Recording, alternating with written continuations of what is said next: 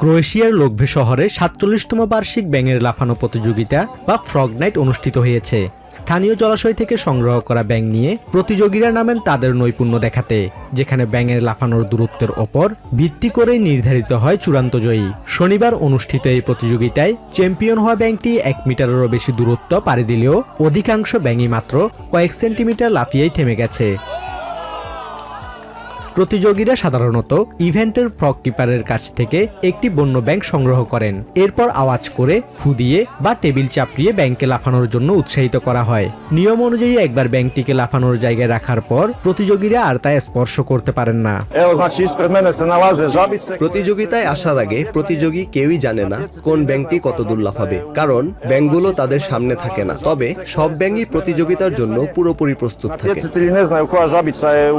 এই অদ্ভুত উৎসবের সবচেয়ে মানবিক দিক হলো এর সংরক্ষণ প্রক্রিয়া। প্রতিযোগিতায় ব্যবহারের জন্য স্থানীয় জলাশয় থেকে ব্যাঙ ধরার মাত্র ২-১ দিন পর ইভেন্ট অনুষ্ঠিত হয়। তবে প্রতিযোগিতা শেষে এই ব্যাঙগুলোকে আবারও প্রকৃতিতে ছেড়ে দেওয়া হয়, যাতে তারা তাদের স্বাভাবিক জীবনে ফিরে যেতে পারে। অদ্ভুত এই উৎসবটি এক সময়ের উপহাস থেকে উৎসবের রূপ পেয়েছে বলে মন্তব্য করেন লোকভের মেয়র নেভিও মিহেলসিক।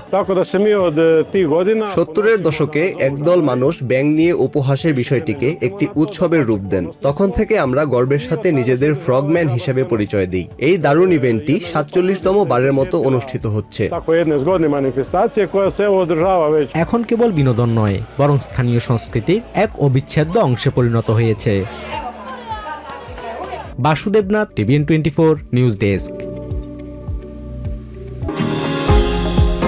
নিউ ইয়র্ক থেকে সম্প্রচারিত TVN24 টেলিভিশন বিশ্বজুড়ে বাঙালির কণ্ঠস্বর।